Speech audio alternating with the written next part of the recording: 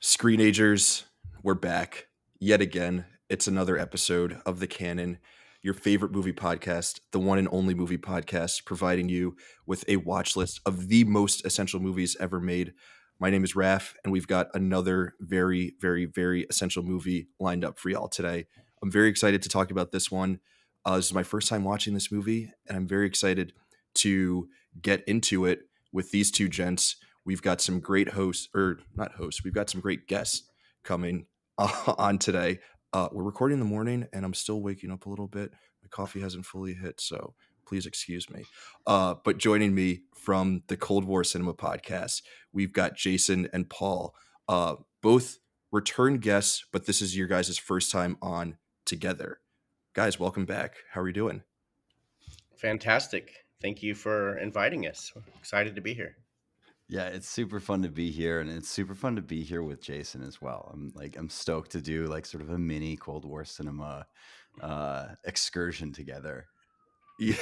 Yeah. A little like trip. a little side quest. We were Yeah. talking before we started recording about the show, and your guys' third co-host Tony, who I've not yet had the pleasure of having on, but we will need to get him on the show at some point to talk an essential movie with us. So Tony, if you're listening, this is your bat signal. Consider it. Reach out to us. Let's get you on.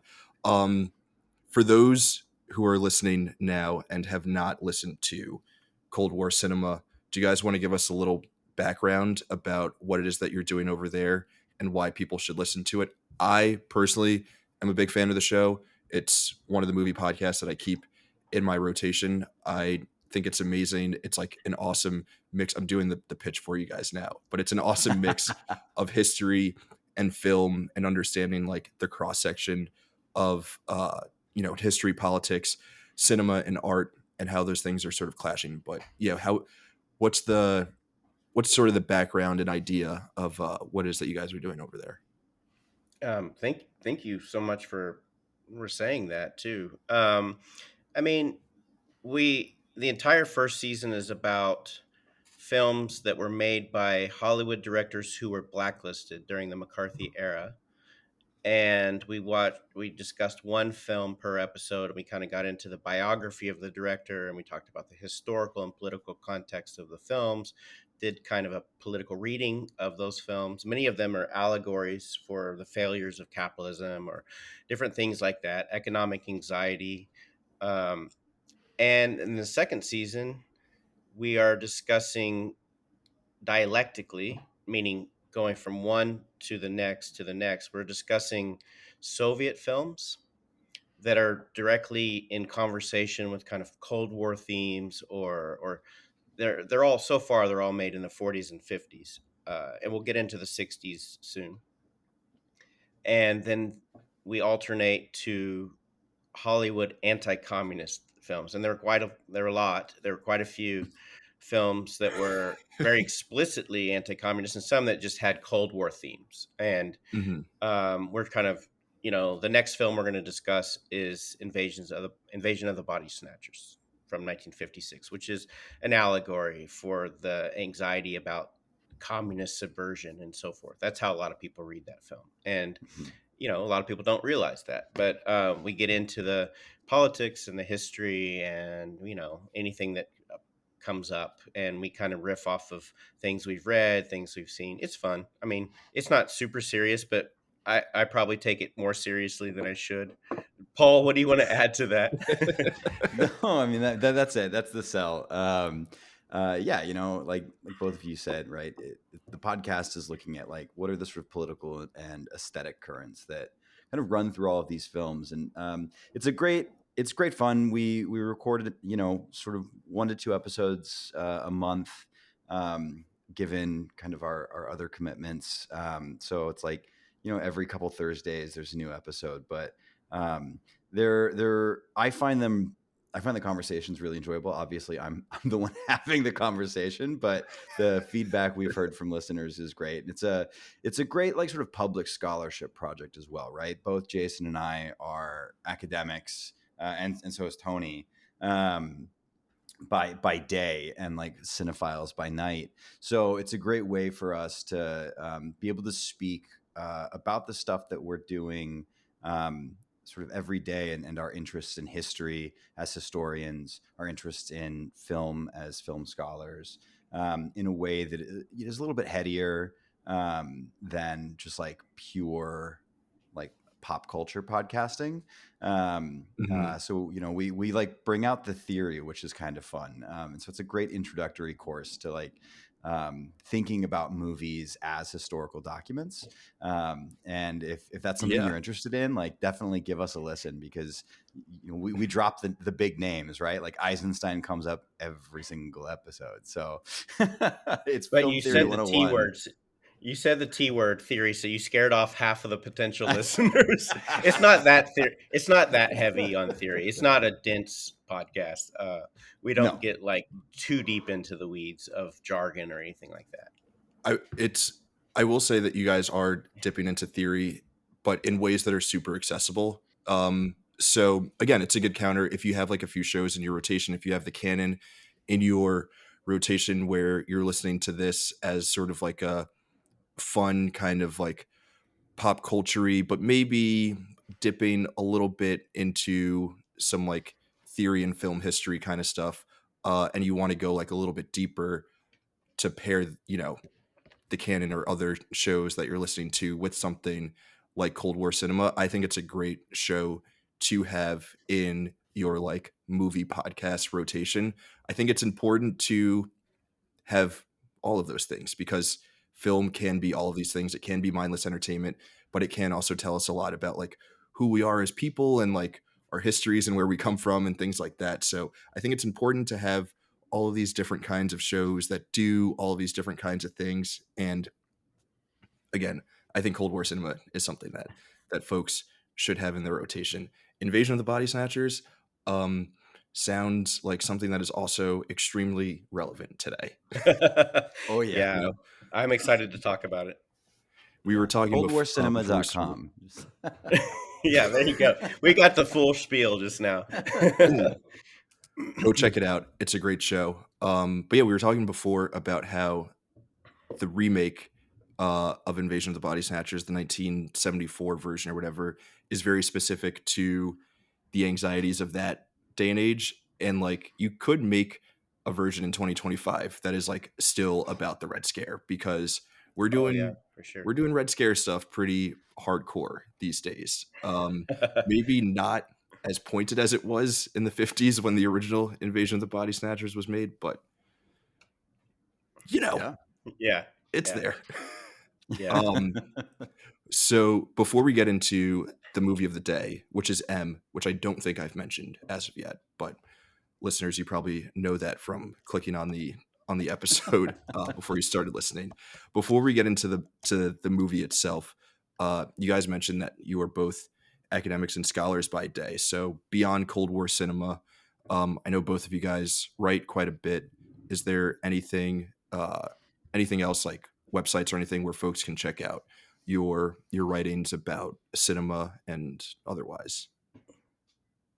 Paul. Yeah, I write all over the place. I'm a contributing writer at Metro Weekly, which is a queer alternative weekly paper in Washington D.C. But I also write infrequently at www.howtoreadmovies.com. And I contribute to a host of other podcasts like this one. But you can find more at howtoreadmovies.com or at ptklein.com.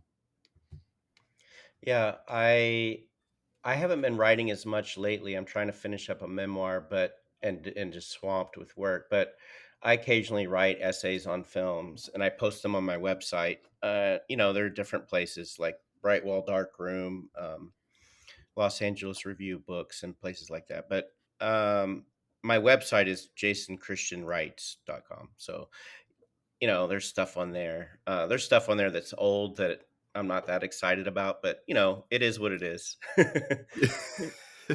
We were excited about it once upon a time, Yeah, I was maybe excited about not it, and so then I much. Yeah. grew and evolved and changed. But Yeah.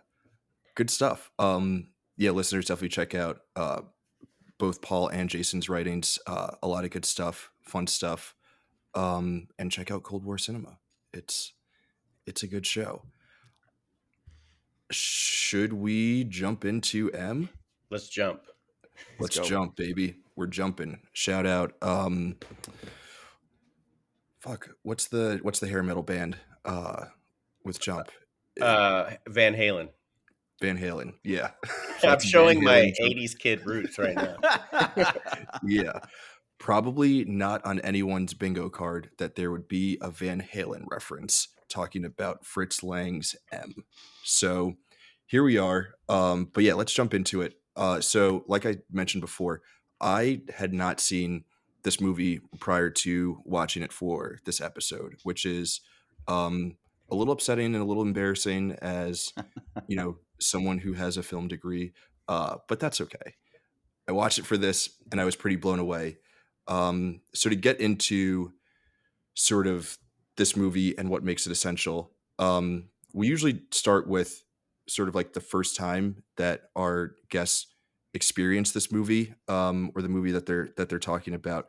So yeah, for each of you guys, when did you first come across this movie, and what struck you at first on that first viewing? And also over the years, assuming that you both had seen this prior, over the years, what has stood out to you in subsequent viewings, and like what stood out to you the most in your most recent viewings? So it's a couple of questions, but I feel like that'll be a good place for us to start and like jump off for this flick.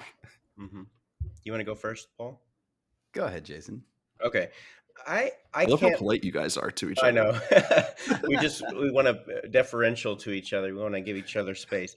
I don't remember the first time I saw it, honestly. But I included this on my syllabus when I taught film studies in a high school in New Orleans. Wow. And that was a few years ago. That was about 4 years ago, I think, 3 or 4. And it was interesting because it's sometimes challenging to get teenagers to watch a very old black and white movie, but they loved it actually. Once they got over the like, are you kidding me? A 1930. Once they got over that, they actually locked in and loved it, and they particularly loved Peter Lorre's just unbelievable expressions and his googly eyes and his soliloquy at the end, which we can talk about later. They just thought, wow, this is like people did that back then in movies, so they were impressed. And I guess having teenagers watch a film and notice things helps you notice it too, right? What they highlight and what they pay attention to kind of incentivizes you to kind of take another look. And so I don't remember the first time I watched it, but I remember spending time because I showed it in multiple classes that year. And so I spent a lot of time analyzing it. And I mean, man, I to me, this is like hands down one of the greatest movies of all time. Like I cannot sing the praises of it enough. Especially having watched it a bunch of times. If you see it over and over, you do notice new things. I mean, one of the things that I noticed, I'm a big fan of Jules Dassin's film Rififi, the heist movie from 1955. And I guess I hadn't made this connection, but it does feel like Rififi is just quoting this film with chiseling through the floor of a building to get to the lower level to not set off alarms. Not that that's, the only time that's ever happened, but it does feel very much like a quoting that moment in that film, which I wrote an essay about and spent a lot of time with that film too. So that's all I have to say for now, but yeah. Yeah, I mean, I think the first time I saw this was almost definitely in a classroom, probably like a freshman year film studies course. I feel like I have a memory of falling in love with it in a classroom, but I also have seen it now so many times in a classroom setting that I'm not sure if I'm just like making like, sort of cohering a bunch of memories together into like a fictive amalgam of something that maybe had happened. But yeah, like Jason, you know, I've seen this film now a number of times, and every time I'm just blown away by it. Like this is, yeah, like as Jason said, with hands down one of the greats of all time. Um, Maybe Long's best film. Uh, Maybe. It's just like it's remarkable in what it's doing with film form. Its use of sound sort of always blows me away. I think it's a great text for undergrads or people coming into film studies to think about sound. You know, sort of take everything else away, take the history away, take the narrative away, take sort of the generic conventions that it's working with, and just talk about sound. I mean, there's a whole book to write that's just what is this movie doing with audio. Um, uh, that is sort of where I started last night. I rewatched it last night again to get ready for this, and started thinking about sound. But I think where I ended to answer your sort of third question is like what's stuck out the most this time was just like how complex its political allegory is. It is Yeah. doing some really, really complicated political work that I think often gets sort of misread. It's really easy for us in a sort of oh, that's not, I was going to say in a post-Nazi world, but that's not really where we are anymore. It's really easy for us in a post-World War II sort of contemporary setting to watch a film that's made in a pre-war environment and say, great, this is a political allegory about Nazism. And surely Mhm. there are valid readings about that with this film, but it's also a film that is looking backwards and thinking about what are the social conditions necessary to create this kind of anxious environment, and then also like, you know, who do we trust? It's a film that is super super suspect of both like the mass but also institution. Mhm. It doesn't provide good answers. It feels like it has this neat sort of social bow with the way that it ends, and it's sort of warning about like a personal politics about, you know, sort of minding your children, but it's doing a Mhm. whole lot more, and it's not easy to untangle. I think it's one of the reasons why the film um, has lasted so long. Like in addition to its sort of great formal qualities and this incredible performance from Peter Lorre, it's also just a film that like you can look at from any angle and find something really interesting to think about politically. Yeah. Okay, so you guys brought up a lot of stuff that we're gonna want to circle back to. Yeah, yeah, A, yeah. a lot of things, but I think so. One thing that I found super interesting about what both you guys were saying about your times viewing this movie is that they were both sort of in academic senses, which again I think like makes a lot of sense to have the two of you on for this particular movie, because while I was watching it, I was thinking back to like my film studies 101 classes and courses, and like this being a perfect movie to watch in that setting because of what it means for the form and like, Mhm. right, so we talk about this movie in like a historical political context, but also in the context of like film history and how early on we were in the use of sound being incorporated into cinema as an art form. This movie tells us a lot about what people were thinking about how that particular element of filmmaking could be incorporated.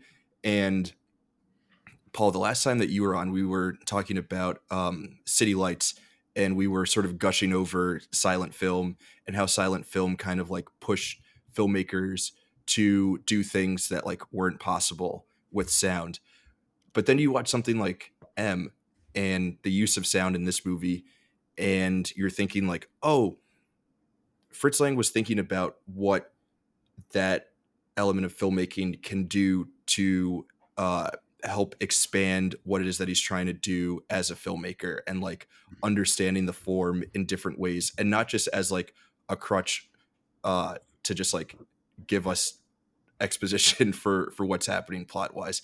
It's used to elevate the mood and atmosphere of this movie. Like thinking about how we like don't think about sound in modern day cinema while watching this movie was like kind of frustrating, because it's being used here Sure. in such a deliberate way that I don't know that we always see in modern filmmaking. So I guess with that, do you guys have any other like background info about this movie and its use of sound, and sort of like what it meant for filmmaking as an art form, like both at its time and moving forward?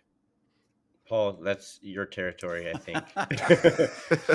Yeah, well, real quick, just to tie it back to that last conversation we had about City Lights, the Charlie Chaplin film, the last time I was here on the Canon. Uh, interesting, like that film is also from 1931.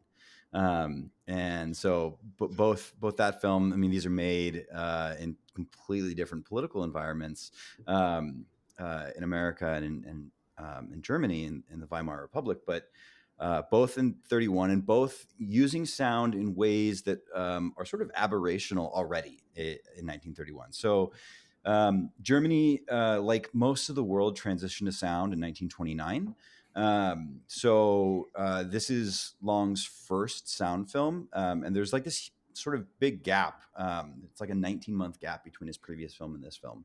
And he's a name, right? Like Long is at the time one of the most important German directors. He's really elevating the form. His film Metropolis from 1927 is, today still sort of like the text for silent film, Yeah. and certainly silent film Also in the studies canon. for. Yeah, exactly. Yeah. It's canonical for a reason. So he's a big Yeah. name, and but he was like suspect of how to do this. I mean, the jump to sound really changes, what a movie is, and how to approach a film. And a lot of filmmakers really struggled with that. I mean, as we know, right? It's not just actors. It's not just sort of the singing in the rain. Everyone's voice sounds so ridiculous when they're heard for the first time. It's not just the Norma Desmonds who are struggling with it, but it's filmmakers who are trained in a visual style. And I think what I find most fascinating about sound in this film is the way that Long approaches the use of it, where it is a film, I think, more than anything else about sound, in the way that it tells you not necessarily to trust your vision.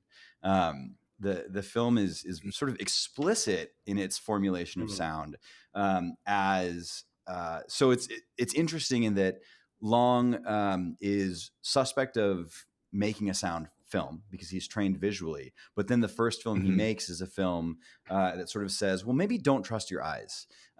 Maybe we do need to do a little bit more listening, right? So, the way that they identify the murderer character in the film is not through sight, right? It's a blind man who hears the whistling in the Hall of the Mountain King, this leitmotif that plays throughout the film. And he's the blind man is the one who finally is able to say, hey, that's the guy, that's the child murderer.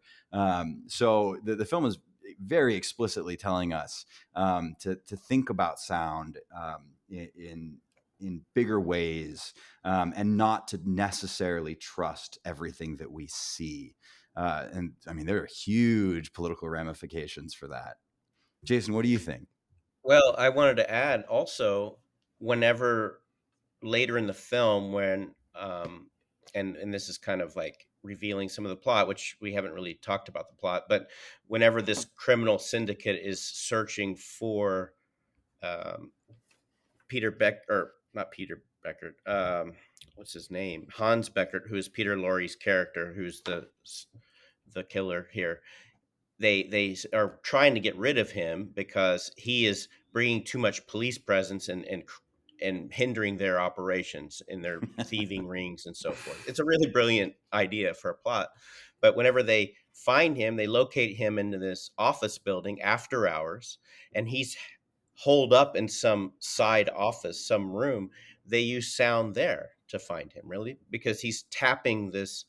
He's Mm-hmm. trying to get out. He's locked in, and he's trying to use a knife to pry the door open, and he's trying to bang this nail straight so he can use it as a lockpick. And they hear that sound, and that's how they locate him. So yeah, sound is over and over in this film reaffirmed as a valuable sense among the five senses, an overlooked but valuable sense, A source of truth.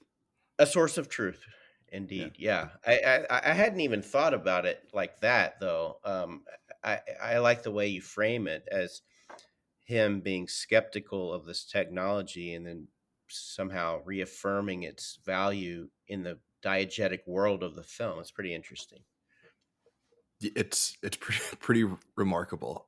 You guys both mentioned that we sort of haven't done a like general plot synopsis, but I think through our conversation, the plot will sort of reveal itself. But I don't think that like understanding the plot of this movie is really like necessary to understanding what makes it essential. And I think we can assume that most folks who are listening to this are familiar with this movie and have seen it and just, want a little bit more in terms Sure, of what actually makes it essential. If you haven't sure. seen it and you're still listening, go give it a watch, pause this right now, and then come back and you'll enjoy the rest of our conversation that much more. I Yeah. think It'll blow your mind. my impulse to mention that is because we cover such obscure movies, Mhm. that very few, like the last episode we did our podcast on is on a movie called Poet, that good luck even finding it. It's hard to find. Yeah. But anyway, Yeah, we can assume that most folks have some familiarity with sure, with sure, M. sure. Um so okay, among the many great things that you guys brought up in both your initial and most recent watches, obviously we've got Peter Lorre, who is like one of the most fascinating actors to ever exist. He's got the world's greatest eyes to ever be on a movie screen. We can talk about him. We can talk a little bit more about the like political context that this movie is made within, because that is something that is certainly like hovering over the background of this movie for sure.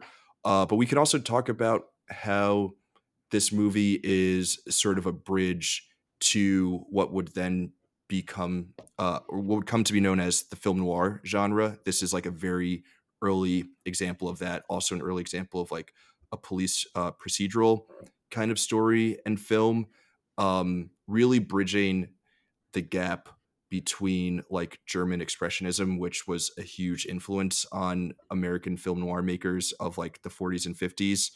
Um, and this movie kind of exists. Let's talk about that. I feel like that's a fun one for us to get into.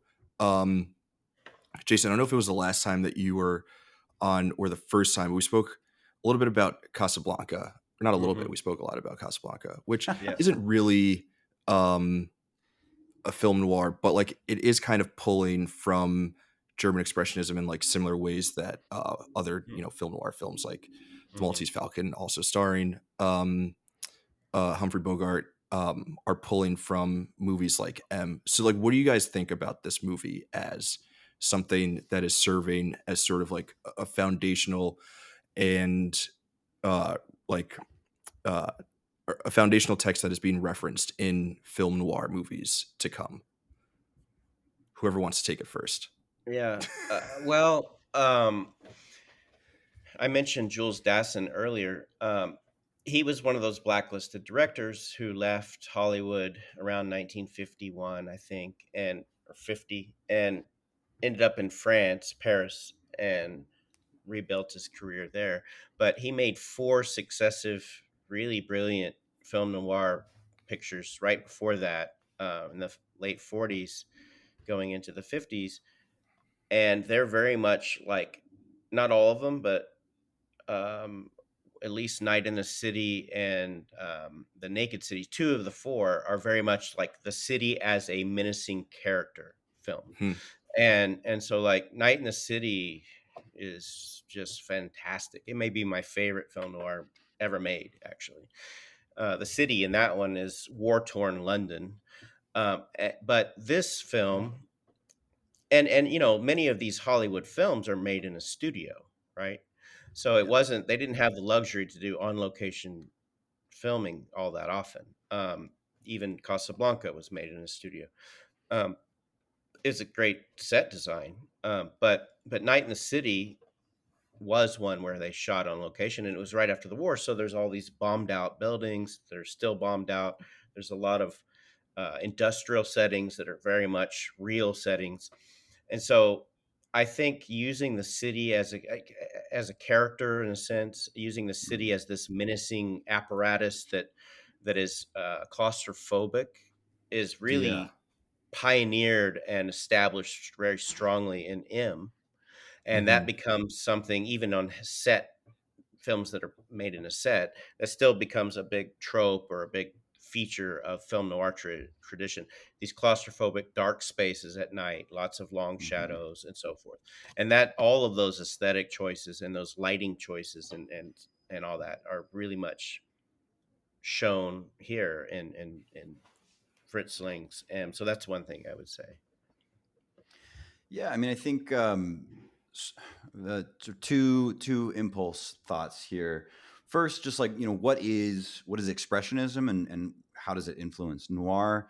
Right. So we're talking about German expressionism, which is a sort of a film style that is highly prevalent during the Weimar era, the sort of early era of German film production, and it's a style that is informed by expressionist art, right? So it's not Mhm. just a film style, but it's something that sort of pulls back further towards the fine arts, and the impulse there in expressionist art is trying to make to externalize an internal affect. What are the Mhm. ways in which we can make visible the sort of deep emotional inward sort of feelings, and a lot of those at this moment are like feelings of confusion and anxiety about like a world that is really fundamentally changing.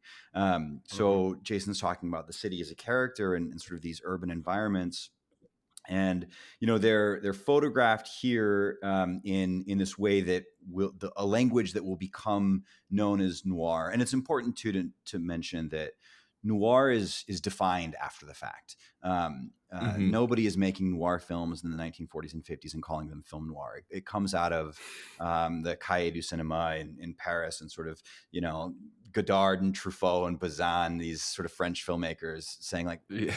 we're seeing this thing happen in all these films. Let's name it. So it's called film noir.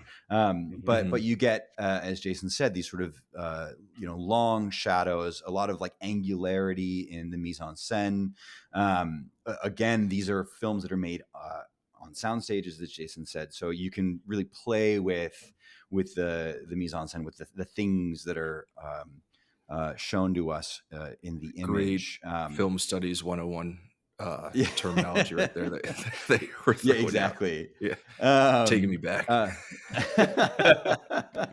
there's this like emphasis on dark and light. Here, you get a more sort Mhm. of like realistic use of shadow, of light, of the mise, of the set design.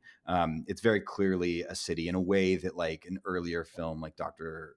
Caligari, The Cabinet of Dr. Caligari from 1920, is like, if you've seen a Tim Burton film, you've seen sort of the exemplar Yeah. of German expressionism. But so you get these like sort of cramped spaces that are full of shadows, and I think the city as the character then is sort of the interesting thing, because what you really reveal then is this anxiety about modernity, about change, Hmm. and these are impulses that we see in other films that are not German films necessarily, like a film from 1929, one of the first sound films, Sunrise, which is by a German filmmaker, Murnau, but produced in America, is also very suspect of the city. Sort of, what does it mean for all of us to, for the first time, be connected in ways by technology?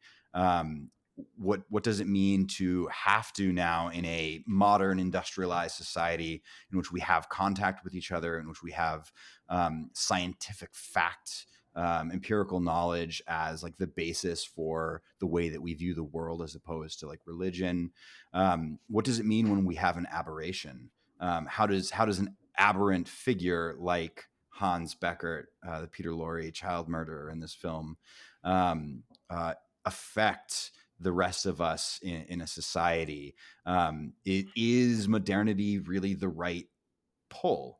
And I'll stop after this because I'm going on. But I think that like that anxiety about modernity is also reflects, sort of real anxieties that are present in the Weimar Republic, which is Germany's first democracy. Sort of it's in effect from the late 19 teens, I think 1919 through 1933, when it gives way.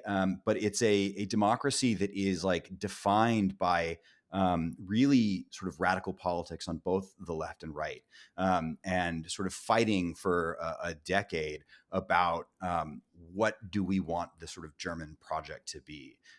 Is it something that is going to be, again, this is the first democracy. It's sort of unpopular with the conservative elements who view the democracy as being illegal in its construction, and that like it's the result of a revolution in 1919. And then it's also unpopular with like the left, because it's not sort of a true communist society.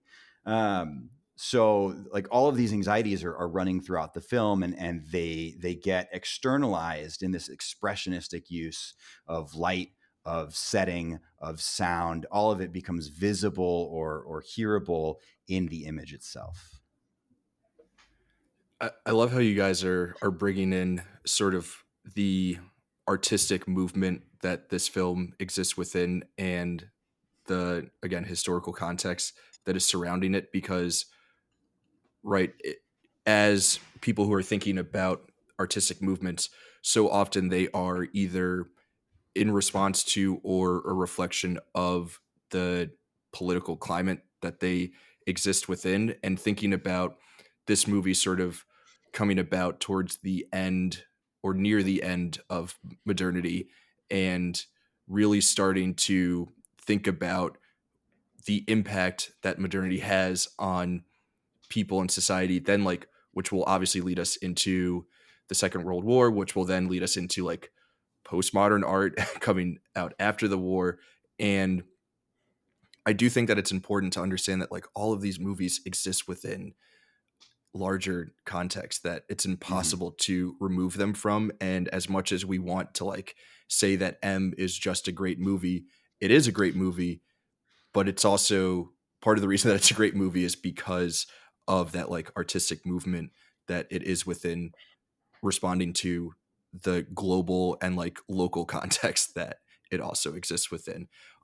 So I don't personally have anything on this, but I'm curious if either of you guys know if this movie also would fit into like the German art movement of new objectivity, which I think Lang was like remotely or like tangentially like tied to. I think that this movie is more expressionist than it is related to like new objectivity, but it does feel like a lot of the like German art movements of the time are, existing within this movie. So just curious if either of you guys knew anything about that movement specifically and like how this movie might fit into it. I don't. I Yeah, don't. you're stumping us. I don't know, but I had more to add to the political economy of the movie. Oh, all right. But I can hold that thought if Paul has something to say. No, I wish that I knew more art history, but I've exhausted in my little 5 minutes there. I exhausted everything I know about the expressionist movement and where we go from there. Well, I mean, one of the I could add something to the art thing. You mentioned angularity. I mean, during the modern art era, you had expressionism, but you had other schools of art that were parallel or coterminous or whatever. And one of them was cubism. Mhm. which, Picasso's one of the, well, Picasso would be the most famous, but there are a whole bunch of people all around the world doing this mode I've heard of of. that guy. Yeah, yeah. But I mean, his style of art is very much replicated in things like Cabinet of Dr. Caligari, that sort of thing. This angularity, this multi-dimensional views of people in this strange. It's very stylized. There was Italian futurism. There's all these other types of art movements, Dadaism, Yeah. and so forth, right at the same time, that are all under the umbrella of modern art. Um, but they all find uh, some kind of representation, I guess, in German expressionist film movement. Just because that was the palette of aesthetic options that were being thrown around and shown. But can I say one thing about another key factor of anxiety that we haven't really gotten into is the financial crisis of Mm. 1929, that the stock market crashed, but it kicked off this global Great Depression. And in Europe they had a banking crisis where all these major banks crashed, and so there was high unemployment, there was hyperinflation, right at the time this movie was made. And you see a scene very early on where this woman's carrying up a basket of laundry, and you get the sense that, okay, we're living in a modern time, but you still have to lug around baskets of laundry and wash them by hand. The working class doesn't have the luxury to think about high tech things. Mhm. They're still living this analog life, Yep. and so there was this kind of, the Italian futurists who ended up becoming fascists, actually. They had this optimism in technology, but it didn't really filter down to the workers, actually. And so there was this kind of anti-tech strain among Mm. a lot of working class people too. Uh, Hmm. so so Doesn't uh, sound Technological like anything going optimism on turning today. into fascism. Yeah. Whoa, well, what? like you mentioned, like how our films reflect the anxieties of our time. I mean, try to watch Paul Thomas Anderson's new movie, One Battle After Another, and try to not think about our world. Good luck. Yeah. Yeah. I mean, it's very hitting you on the head over and over with that sort of thing. So some movies are very over the top about the allegory, Hmm. and some are not. But nevertheless, the anxieties of the time are always reflected. It just takes some training, really. I mean, sometimes you Yeah. can do it without any training, but many of us have to kind of learn how to dissect art and pull out these readings that we're doing. But The this, I was gonna say the example that I always come back to with that is like Transformers is very much so a post 9/11 Bush era movie. Whether we, you know, like it sure. or Yeah. not, like all of these every movie, is either in response to or a reflection of like the greater societal anxieties or sensibilities of the time. Even Michael Bay's Transformers. Well, a lot of Hollywood movies are very clearly trying to manufacture consent for U.S. imperialism. Let me just be Yeah. straightforward about that. Like they're trying to get people on board with foreign adventures with our U.S. military or things like that. But anyway, I don't want to. I'll put it. I'll just stop We'll there. get Jason on his. we we can so I think we're not boring people, but we're hitting some heavy topics, right? We're hitting political context, we're hitting art history theory. Let's talk about fun stuff like how this movie kind of gave us the subgenre of serial killers, right?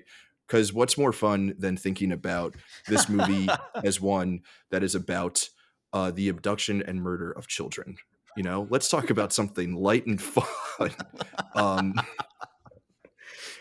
but it is, this movie does, not only for like an artistic movie that would then be dubbed by the French New Wave as film noir, it also laid the groundwork for what has become like a deep, perhaps sick obsession that we Mm. have as media consumers with serial killers with true crime and all of that, and like a lot of that stuff roads lead back to M. So I don't know what your guys' thoughts are on that, or just like how tough that is as like as subject matter for this particular movie. I was just going to say, just the way that it, just the sort of structurally, the way that it handles that is brilliant. I mean, just visually, it's interesting. It's, whenever the serial killer comes into the screen, into the frame for the first time, it's as a shadow. You see this little girl playing with a ball, like a child-sized soccer ball, and yeah, he's whistling his song, which is "In the Hall of the Mountain King" by Edvard Grieg. It's just a famous German song. He's he's whispering the main melody of that, and then you see this kind of wanted sign, or this Mm, publicity in that kind of old German, like old English style or old Gothic lettering, and it's basically a wanted, somebody is killing children sort of thing. And you see the girl, she's in front of the sign, she doesn't even know what the sign says, she's pre-literate probably, or barely, she's a young child. mhm, And then you see the shadow fall onto that sign, and that's the killer. It's just really well done aesthetically. It does stylize and aestheticize. It's a Gothic aesthetic, let's put it in those terms, which is running all throughout German expressionism. Mhm. um, and then later you see all these things that are later just established as tropes, right? You see him writing a letter to the press. You mm, see complaining that he's not getting enough attention, basically. He's craving attention. And I mean, what are some other tropes that are kind of shown here that end up becoming like standard stock tropes for the genre? Not necessarily a trope, but something that I found super interesting in this movie that I think a lot of serial killer, true crime kind of movies that we see, in years to come, that don't necessarily get to this point the way that M does, which I found super interesting, is like there are moments where you sympathize with him, mm, and he is in some ways also a victim of the person that he is, of the world that he lives within. And the movie kind of makes you grapple with those questions of like, how much sympathy should we have for someone who does what we can all agree is like the most evil thing possible? And I don't know that a lot of other movies about serial killers or stories about serial killers like get to that point in the same, like there's almost an ease in how we get to that question here. But yeah, I don't know what you guys thought about that, or like how it's portrayed, and how that character kind of like comes across to us as audience members. Well, I'd say that in fact it sort of helps create this trope, that it's a trope of pathologizing the serial killers, right? So Hmm. yes, the film is doing some sort of like empathic work, and sort of painting the character in in a sympathetic light, especially in sort of the way that it's structured at the end, and its other social critique of like uninformed masses, and sort of anti judicial or extrajudicial um, action. But it does this stuff where it's really trying to pathologize. You get Peter Lorre's great monologue that Jason mentioned at the end of the film, where he's in this kangaroo court. The public has caught the killer. The inept police have not been able to do it. And they're putting him on trial, but they say, no matter what, we're gonna kill you. And so he's like on his knees begging for his life, eyes bulging out, and saying, I can't help it, I can't stop doing this. You don't know what it is to be inside me. And I think that is a pathological approach that we continue to make in our sort of aestheticization of serial killers and sort of killer content. Just look at a Ryan Murphy show.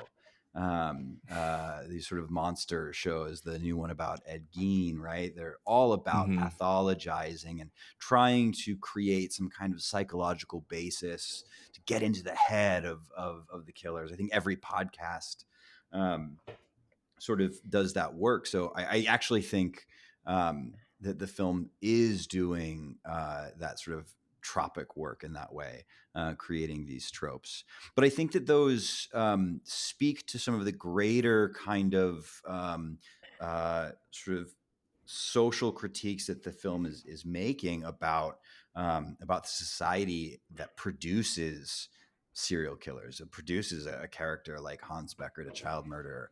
Long wanted to make the character a veteran of the First World War, and he cut it from the film.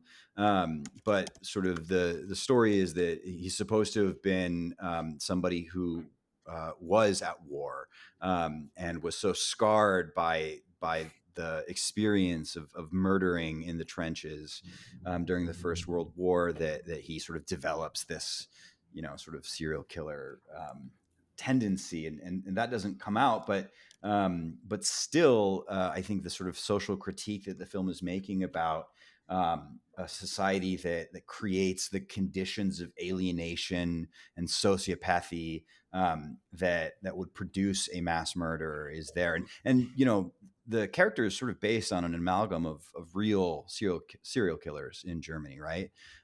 So there are sort of two men that my understanding is that Long's sort of writing point to.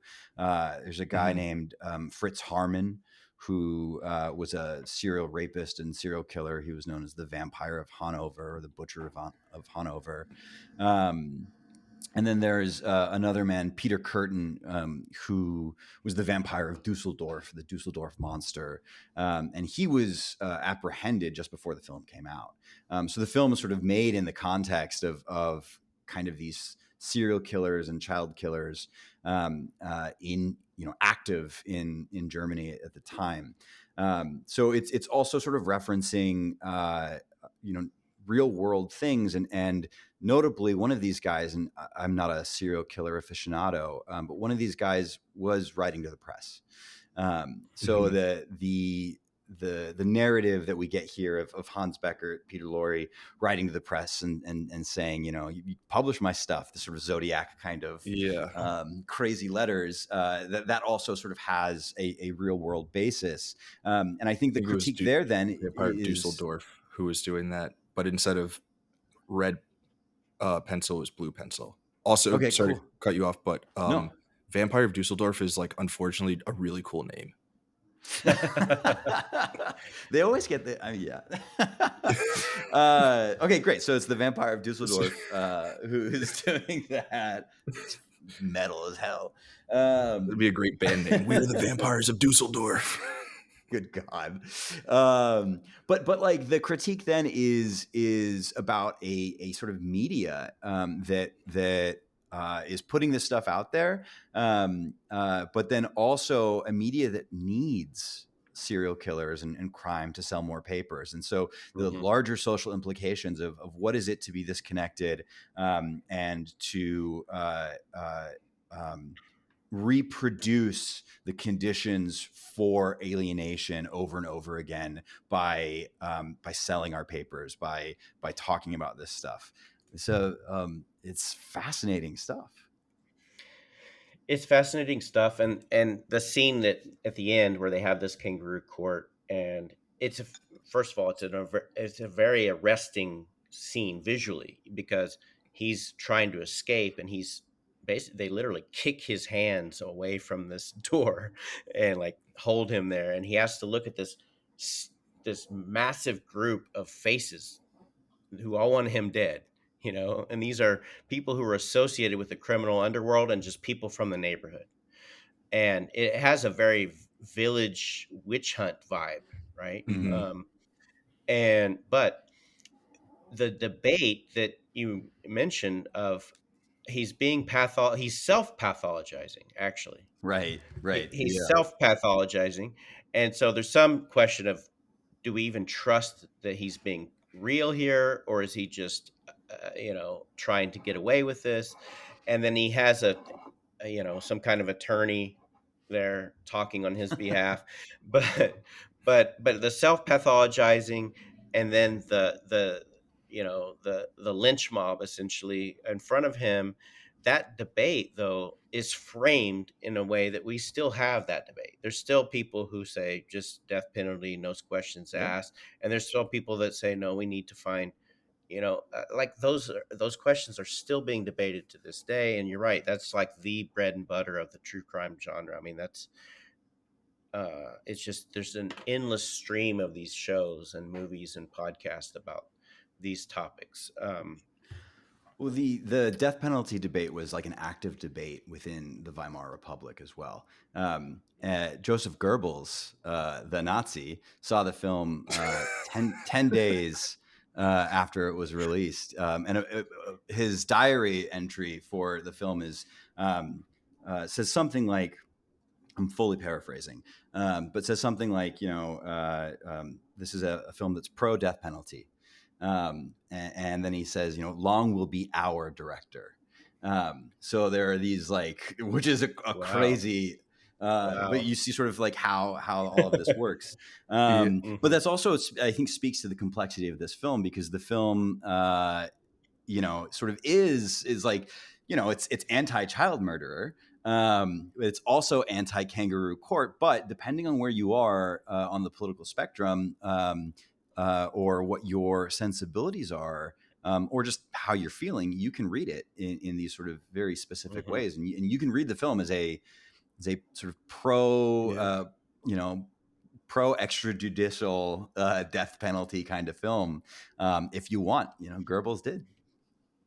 I was gonna wait to bring him up, but I my understanding is that Goebbels and Hitler did want Fritz Lang to join their team as a propaganda filmmaker for the Nazi regime, and you watch this movie and you can see why they would want him, because he is a very effective communicator, and obviously that was a big part of how they were able to do all of the awful things that they did.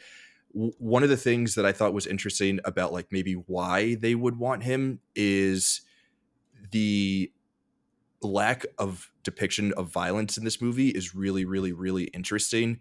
And that was like a deliberate choice that that Lang made, because I think it was like an interview with like William Friedkin or something years later, or it might have been Peter Bogdanovich who he was talking to, but he was basically saying that he didn't want to like actually show the violence because he wants the viewer to, in their own mind, imagine the worst thing that they can come up with that might be happening to this children, therefore making all of us implicit in this horrendous act.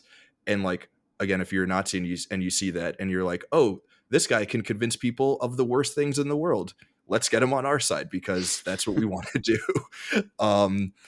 But I think that the way that violence is not actually shown in this movie is like one of the more haunting elements of this movie. So I don't know if you guys had any other thoughts about how that all plays out. Well, and also what's not shown is the final verdict of the actual court. So at the Mm-hmm. very, very end, just for like a minute or two, after the kangaroo court, the police burst into the room and actually shut that down and arrest him. And then we cut to a scene of him in an actual legitimate court, because the state has a monopoly on violence. That's the theory, right? You can't Mm-hmm. take matters into your own hands. Vigilantism is not the right way. The state will handle this. And then there's this scene where they show some of the victims, some of the mothers of the children, presumably, and they're distraught. And then it ends. It's like it's over. There's no resolution there. The So And resolution the last word is that they go ahead. please. No, I was going to say exactly what you're saying, right? The resolution is mind your children. It completely Yeah. displaces the political onto the personal, and sort of says, I think this is one of there's a similar kind of thread in Metropolis. It's, I think, one of the challenges of making art at a moment of rising fascism, of making popular art at a moment of rising fascism, is the impulse to sort of say, well, if we all just like were better, and we're not horrible people. If the heart mediated the head and the hands, as Metropolis tells us, or if we all mind our children, then society will function properly.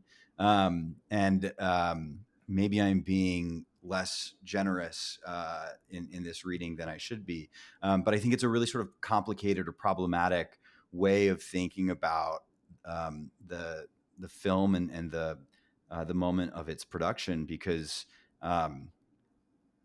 that it gets us nowhere if everything is displaced onto the individual, then we create the conditions for fascism. The movie having the push and pull between the responsibility being on the individual versus on society, and I think there is a third option that is more communal as opposed to societal, where communal doesn't feel as large Mm-hmm. as like the responsibility being on society, which could also be the responsibility being on the state.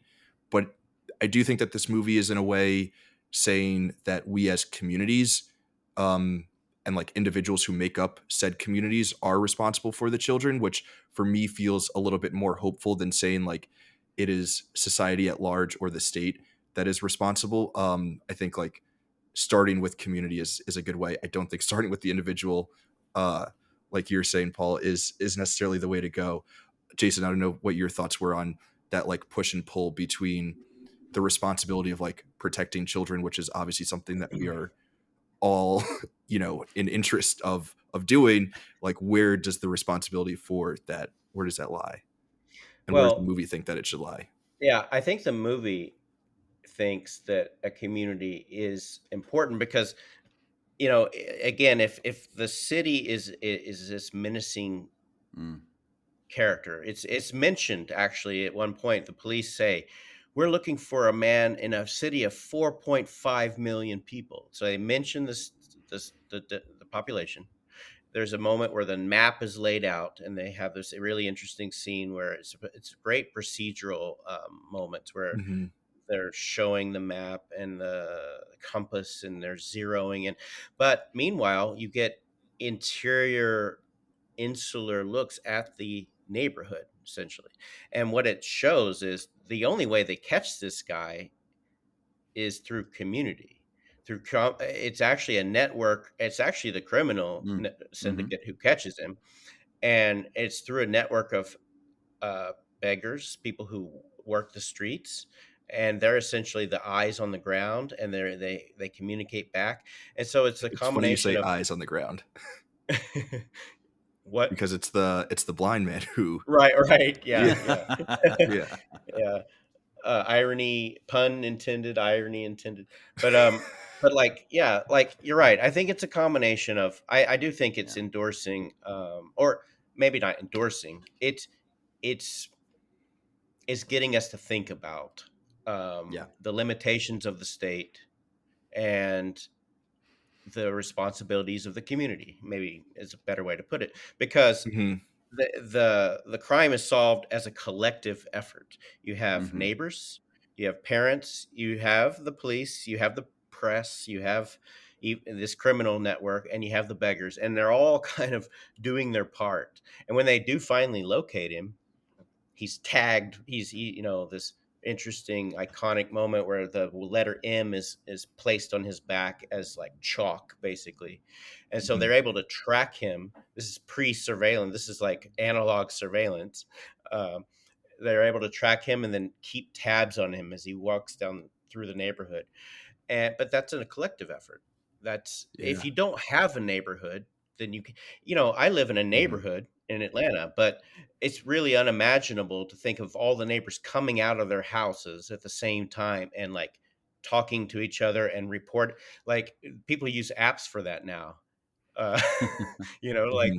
Yeah. like so it is a kind of like face to face community response, and that's Mm-hmm. what they're kind of.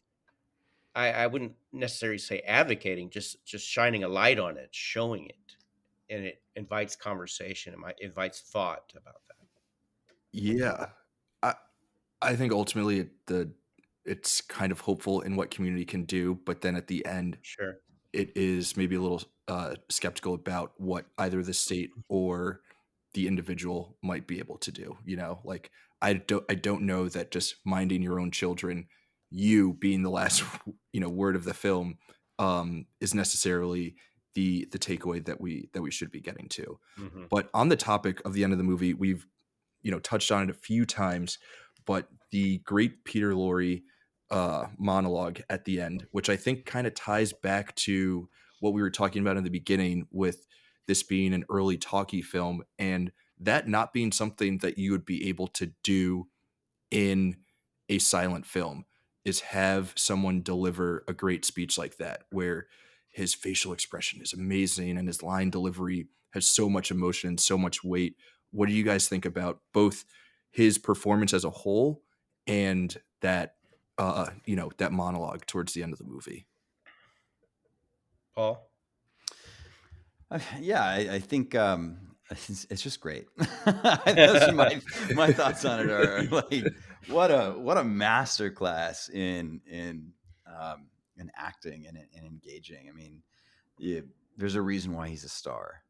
Um, like he's just so watchable. And yeah, I think you're making some great points, Raf, about the sort of the use of sound, what it can do for cinematic form. And, you think about like there are no great silent monologues because you're just sort of cutting back and forth, right? And you can do a lot. I mean, to be clear, right, there are great moments of sort of address in silent film, Hmm. where an actor sort of says everything with their face, and maybe does make these sort of like grander kind of monologue type movements, but um, the sound creates an ability to produce weight in a way that it doesn't. And again, the film is really thinking about what are the benefits of sound. And here is maybe this standout moment, in addition to sort of like the narrative structure, where it's sort of saying think about sound, trust sound. It also sort of culminates in this moment that can only happen because of the talkies. Yeah, one of the things about the horror genre is it relies heavily on sound design. Terror can be invoked through a combination of visual elements and sound, and he does that really well here. I mean, we associate the blood curdling scream with horror genre, and he's Hmm. like really doing that. And I think it just, I'm sure people, future filmmakers and film audiences at the time were like, wow, I've never seen that level of terror in Hmm. on screen yet. Right. Like, because early sound films, a lot of them were, well, there's all kinds, but I'm thinking about like a lot of these early sound American films. A lot of them were comedies. A lot of them were, they were doing different things with sound. They weren't invoking sheer terror that much. Yeah. And No. he did. He went there.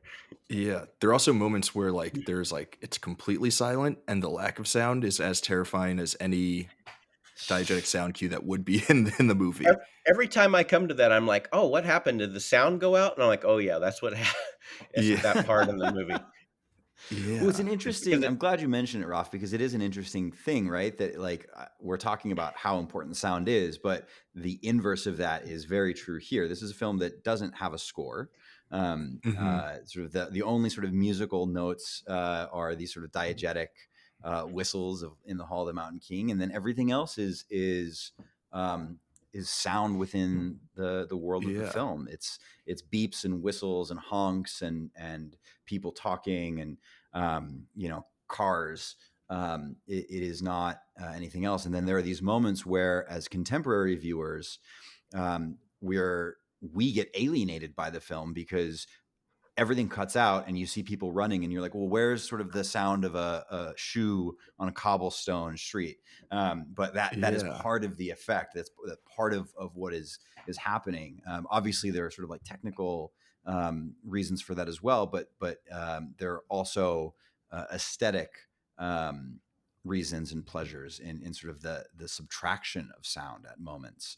And again, to be clear, silent films were never silent. So even for contemporary audiences in 1931, that lack of sound would be noteworthy, because you would be Yeah. used to seeing a film with some kind of sound, either played live or in 1931, you would be used to sort of a soundtrack of some kind, a score of some kind.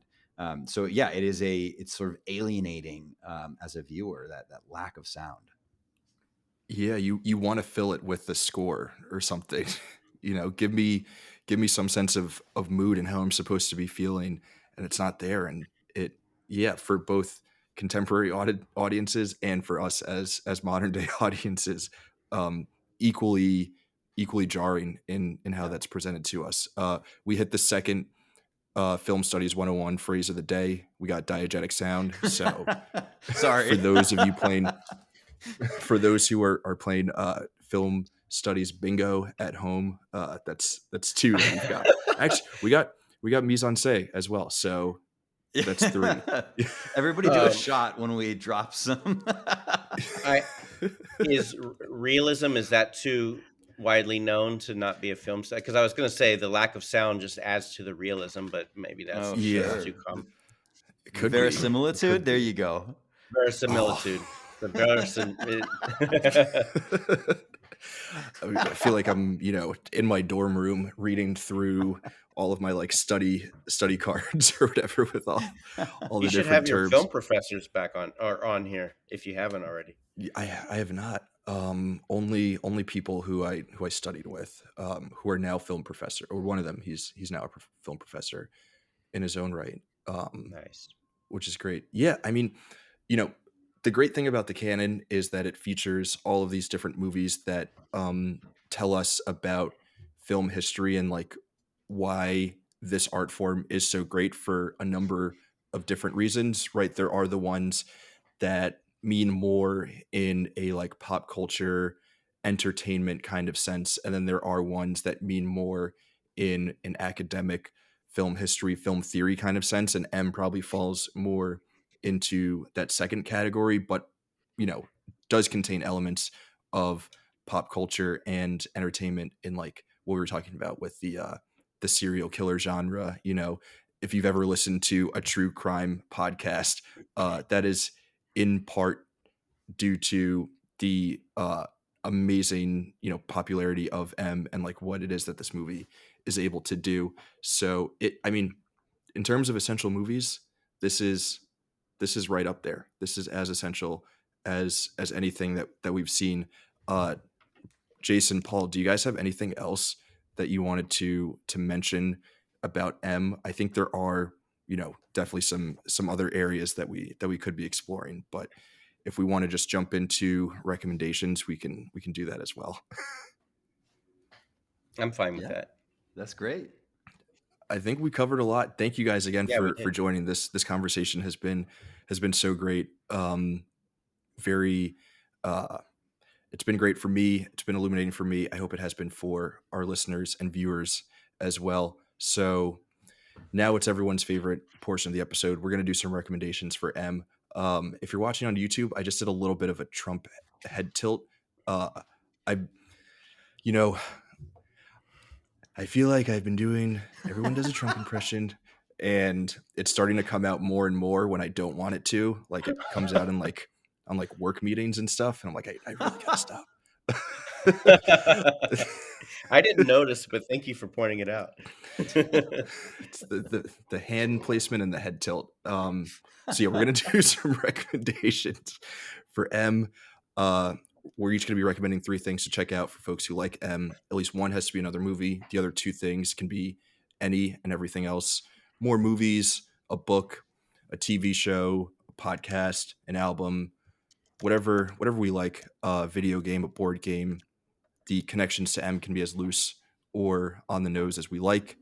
We'll each go through, give a brief explanation for what it is that we're recommending, why, what its connection is, and then we'll kick it around to the next person. So for the order, I think we'll go Jason, Paul, Raph. So Jason, oh no, we said you were going to go last because you were I can stalling. go. I'm ready. I can go. All right. So whenever you're ready, give us your first recommendation. Okay. My first recommendation is a later film by the same director, Fritz Lang or Fritz Lang, Ministry of Fear from 1944. And since we're in Noirvember, this is a very interesting noir film. Uh, it's always classified as a noir film, but it's also a spy thriller, and it's made in Hollywood. The Nazis didn't get to keep him; he left, and he came to Hollywood and made a lot of movies here. And Ministry of Fear is just really fascinating. It's got this kind of like spy intrigue. It's got this kind of seance, spiritualist bent to it. It's a really interesting film. So that's my rec. Nice. Yeah, we should have noted when we were talking about the Nazis trying to get him for their propaganda machine that he declined, which Yeah. is, that's Good pretty guy. cool. Yeah. That's the least you can do, right? Yeah. Confirm. Amazing. I got to add that to the watch list. It's a good film. It's underrated, I think. How many recommendations did you want, Ralph? 23. 50. We're each going to give 3, 50. but we're going to go One at a we're time. going to give 1 and then one at a time. Gotcha. Okay, so cool. Paul, yeah, your first one. My first one then is going to be another film. This is a film. I think it's from the same year. My recommendation is Hitchcock's The Man Who Knew Too Much, the original. So it's Laurie's first film after Laurie, Peter Lorre, who plays Hans Beckert in the film. He leaves and sort of escapes Nazism. And he leaves Germany via Paris and ends up getting connected with Hitchcock in London, and so he stars in The Man Who Knew Too Much, and it's an incredible film. It's a fascinating, another like early sound film, and most of us are more familiar with Hitchcock's remake of the film that he makes later in the 50s with Jimmy Stewart and Doris Day, and it's almost an entirely different film. So it's very, very much worth your time, even if you've already seen the remake. The Man Who Knew Too Much by Alfred Hitchcock, starring Peter Lorre, is incredible. Nice. I love it. I'm going to go with something a little bit more modern for my first recommendation. I think I'm going to recommend another movie. There were a few different movies that I was torn between recommending, but another movie that is dealing with child abduction and like how horrific all of that can be, a solid police procedural film. One of those movies I watch every couple of years, and I'm reminded like, oh yeah, this is kind of one of the better movies of the 21st century, but doesn't get the love that it deserves. I'm going to recommend Gone Baby Gone, the Ben Affleck directed flick starring his brother and I think Morgan Freeman, about child abduction, like the Boston area. I haven't seen that one. It's pretty solid in terms of like 21st century kind of like neo noir flicks. Like Ben Affleck is a solid director.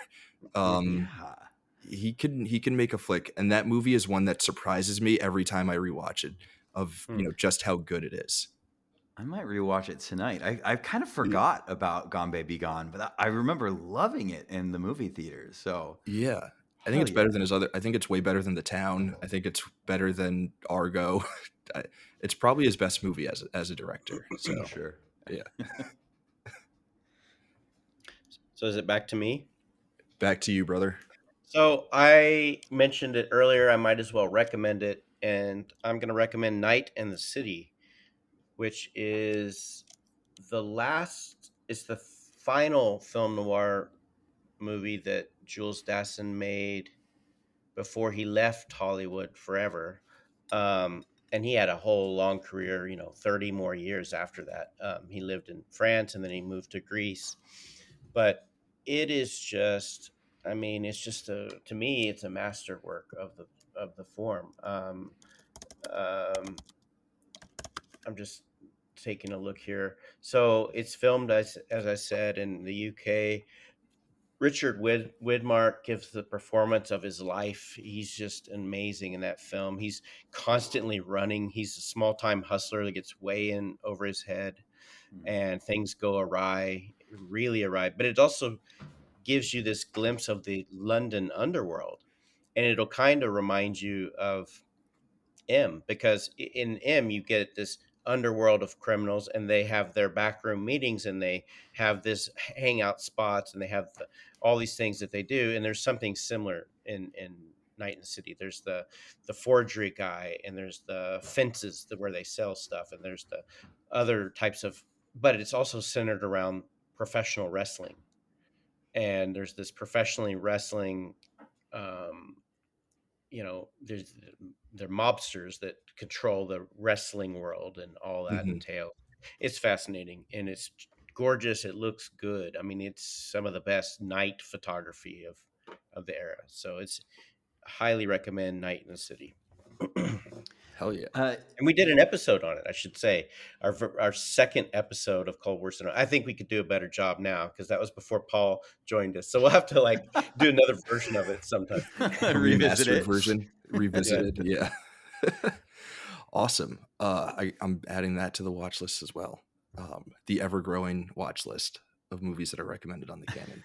I love it. Just like real quickly, it's interesting that it's sort of wrestling criminal underworlds, because the criminals in M are part of what are called ring clubs, which is sort of like the German equivalent of what we would call like the mafia, but they're associated with like men's health and athletic and wrestling clubs, and Huh. they're sort of a real world thing. So there is a I guess maybe the lesson is that, sort of the cult of toxic masculinity is not a new thing. Like the broken masculinity and the Joe Rogans and of the world, or other people, not to name names, are have always Well, been there. the crisis of masculinity is one of the big themes of film noir too, because the post-war era, they're grappling with, what do we do now? We just came back from this devastating war. But yeah. So anyway, my recommendation, my second recommendation, I'm going heady. It's film theory book, but it's sort of like an essential text, From Caligari to Hitler, A Psychological History of the German Film by Siegfried Krakauer. Sounds great. It's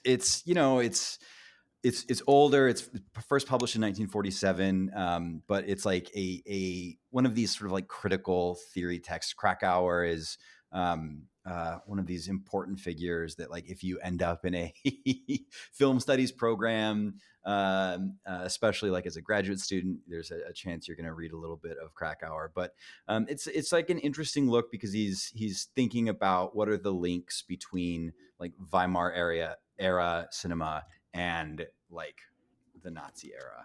How do we go from Caligari to Hitler? So it's a useful text to think about the moment, to think about history, and it's sort of exemplary of what you can do with film as a profession. Nice. Adding that to the reading list. I love it. That's a great recommendation. Fuck yeah. There's a documentary too. You can watch. They made a movie a couple years ago based on it. So no. you can just watch the movie if you want. I'm gonna buy a copy of that at the Strand bookstore, and I'm going to performatively read the shit out of that on the subways. While going to what is going to be my second recommendation. So I'm going to recommend a museum. There's a museum in New York called the New Gallery, which is fairly small. It's like across the street from the Met. So if you're in New York and you don't want to go to the Met or the MoMA or the Museum of Moving Images, all the big ones that that we go to and you want to see some German art, you can go to the New Gallery, fairly small museum, but there is a floor that's dedicated to like early 20th century German art. So like expressionism, new objectivity, and some like Bauhaus inspired architecture, and like interior design stuff. So if you're interested in early 20th century German art movements, check out the New Gallery. I don't know if I'm pronouncing that correctly, but I assume I am. Sounds good. Back to me. Back to you. All right. It's hard to narrow it down, but I think I'm going to go with something completely different. I'm going to do another film, and we also did an episode on this, and I'm going to do Eisenstein's Ivan the Terrible, part 1 and 2. And the reason why is, first of all, if you haven't seen Ivan the Terrible, part 1 and 2, do yourself the favor and watch these incredible movies. They had Sergei Eisenstein. He's a Soviet director. He had planned to do a third one, but it got shut down. Wouldn't fly by the censors, and it's a long story. But we did an episode on this on our podcast. Great episode. Thanks. Yeah, I learned a lot actually by doing that episode. And I'm a bit Soviet pilled right now. I'm kind of obsessed with Soviet film right now. There's so much good stuff out there, hundreds of films. But anyway, the movie is kind of in a similar way. It's both a talkie, but it's using formal conventions of the silent era, really exaggerated expressions and movements of characters where they lean into each other. It's also very expressionistic in its set design and shadow work. And I mean, it's just a really well done film, visually stunning. And in the second part, there's out of nowhere this section of the film that goes from black and white to color. And it's just the set design, the sound design, everything is just really interesting. And it's playing around a lot with like experimental kind of expressionistic, imagery and inside the frame, and just a great film. So that's my rec. Hell yeah. And I think you can find these on YouTube. I'm not sure though. Yeah, you ditched available. The recommendation that we were talking about of the Videodrome rental store in Atlanta that you frequent, that one of our listeners, Sean, is also known to frequent. So I'm just gonna throw it out there now. I'm hoping one day the two of you guys bump into each other there. You may have been there earlier this week at the same time. Who's to say? You might be there later this week at the same time. But yeah, Ivan the Terrible, I've not seen it, but that is one of my, after listening to your guys' episode about it, that movie, those part 1 and part 2 were both added to the watch list. Nice. Shout out to Videodrome. Shout out to your friend Sean. One day our paths will cross. Well, my next recommendation is great if you frequent video stores. Maybe you'll find it on the shelves. So my second recommendation, or my third recommendation, is the remake of this film, M, from 1951. So it's an American remake by Joseph Losey, who's a blacklisted director. And, of course, it can't hold a candle to sort of the essential canonical M that we've been discussing here. But it's a fascinating kind of look at what it is to remake a film. And also it sort of reconfigures the political stakes for America in the 1950s. So Losey is a blacklisted director. He's under suspicion. He casts actors who are sort of potentially communistic in their political leanings, and so it sort of repurposes the anxieties that Long is exploring into the very real anxieties of Cold War America, of Hollywood during the Blacklist, of an era of McCarthy and HUAC. So it's a fascinating document, and a sort of an essential companion to the very canonical 1931 M.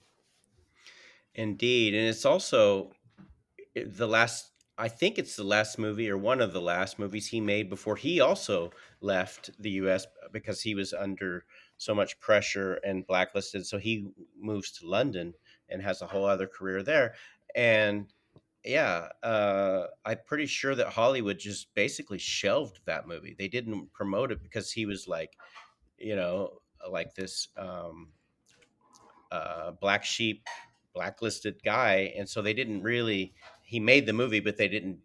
It was hard to find until it was recently. Well, not that recently, but until it kind of had a second life when it was restored and brought out. I recently watched it. It's a good movie. Yeah. No, I mean, the state of Ohio banned it for 3 years. It had to go to the Supreme Court to Interesting. Oh, wow. to get it to be seen. So people in Ohio couldn't see it until 1954. So the power of cinema, it's more than just the movies, right? Yeah. Yeah. Wow. You guys gave really thoughtful recommendations this last round, and mine is going to be a little less thoughtful, and there's going to be a few degrees of separation. So bear with me for a moment. We were talking about how M kind of sets the stage for police procedural stories going forward, which obviously has experienced several booms as a subgenre throughout the years, including in television. And in like the early 2000s, we're getting a lot of these kinds of shows. Probably the most famous, CSI, amazing, procedural TV show. We think about the scenes in M where they're like trying to figure out, Yeah. where they have the map and they're gathering evidence and all this stuff. Feels very reminiscent of CSI, or CSI feels very reminiscent of M. But I'm not recommending CSI. As we all know, the CSI theme song is "Who Are You" by The Who. I'm not recommending that song either, but what I am going to recommend is what is probably the definitive Who album, which features the definitive Who track, which is the inspiration for the name of our website, Screen Age Wasteland, obviously coming from Baba O'Reilly from Who's Next. That's the album that I'm recommending. That's a good album. Good song. Yeah, great song, great album.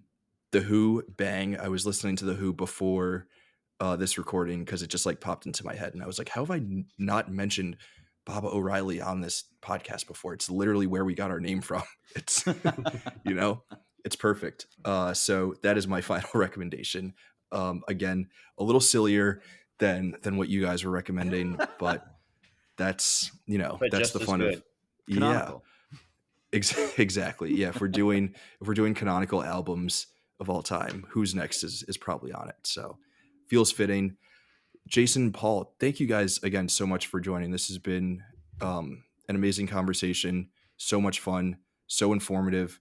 Everyone go listen to Cold War Cinema, coldwarcinema.com.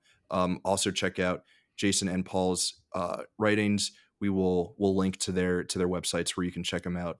But yeah, this has been a blast. Thank you guys for coming on.